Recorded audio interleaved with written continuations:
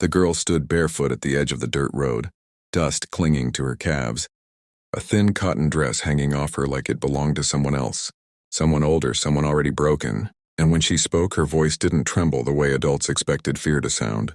Instead it carried something sharper, something stubborn and clear, and she said, "I'm too young to be a wife." Like she had practiced the sentence in her head 1,000 times, like it was the only shield she had left. And the men behind her laughed, not loudly, just enough to remind her that truth meant nothing where power decided everything. And that was when Eli Grayson first saw her, sitting high in the cab of his aging ranch truck, returning from town with feed sacks and a mind, heavy from a life that had grown quieter every year since his wife died. And something about the way the girl stood, not crying, not begging, just refusing, made him stop the truck even though he had promised himself long ago not to interfere in other people's messes, especially not out here where law traveled slowly and grudges traveled fast.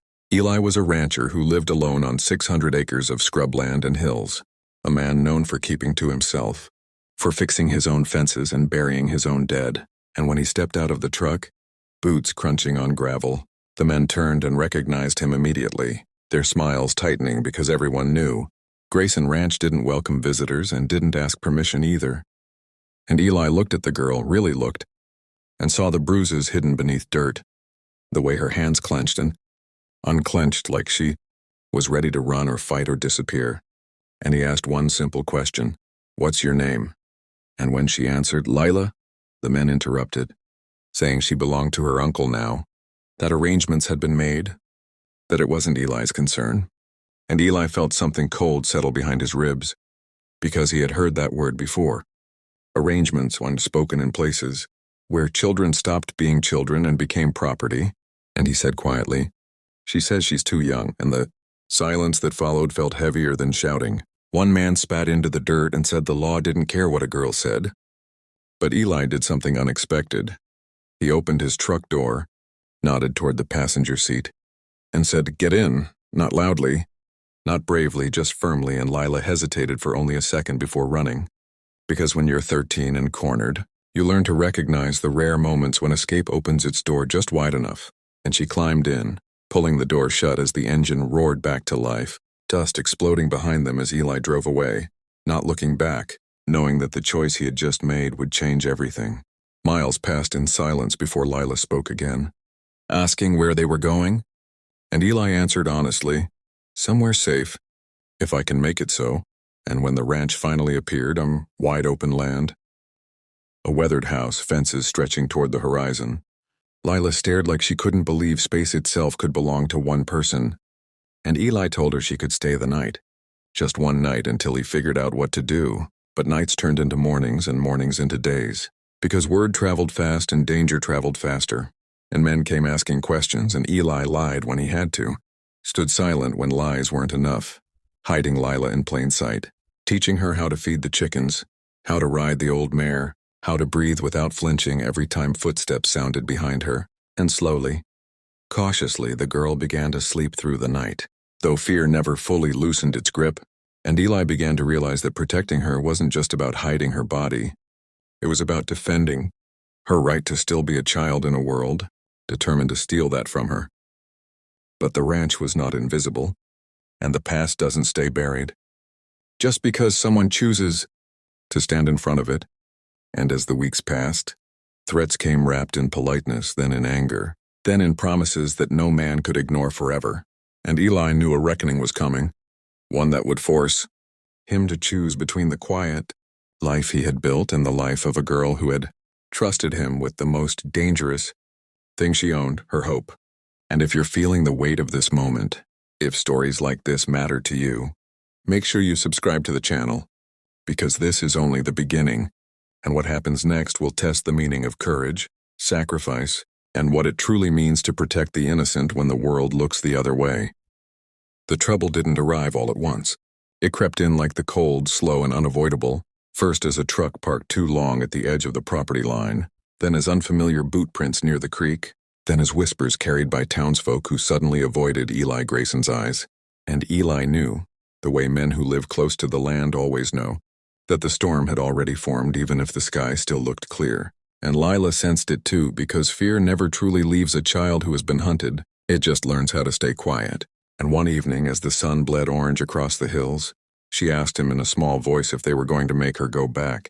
And Eli, who had faced droughts, injuries, and loneliness without complaint, felt his throat tighten as he told her the truth he had chosen to live by now. No one is taking you anywhere you don't want to go. And those words, simple as they were, carried a promise heavy enough to crush a weaker man. The next day the men came openly, 3 trucks this time, engines idling like growling animals, and Eli stepped out onto his porch before they could even knock, rifle resting against the doorframe, not as a threat but as a reminder that this land was not a place where intimidation worked easily. And the leader spoke smooth and slow, saying this didn't need to get ugly, that the girl belonged to her family, that traditions were traditions, that Eli had no right.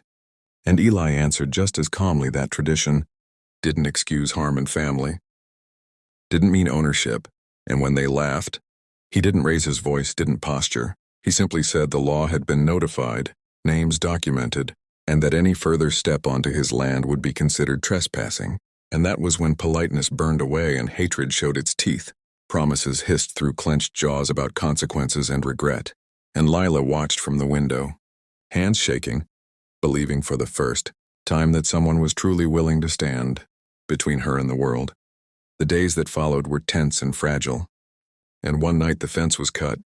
Another night the barn was set ablaze just enough to send smoke curling into the dark, a warning. And Eli worked through the night putting out embers while Lila cried silently, apologizing over and over like children always do when adults hurt them. And Eli knelt in front of her and told her something she would carry for the rest of her life. What's being done to you is not your fault. Never was. Never will be. And something in her broke open then, years of swallowed terror spilling out. Because safety isn't just the absence of danger. It's the presence of someone who believes you deserve better. When the authorities finally arrived, drawn by evidence too visible to ignore, the truth came out in pieces. Forced arrangements, threats, silence bought with fear. And it wasn't fast, and it wasn't easy.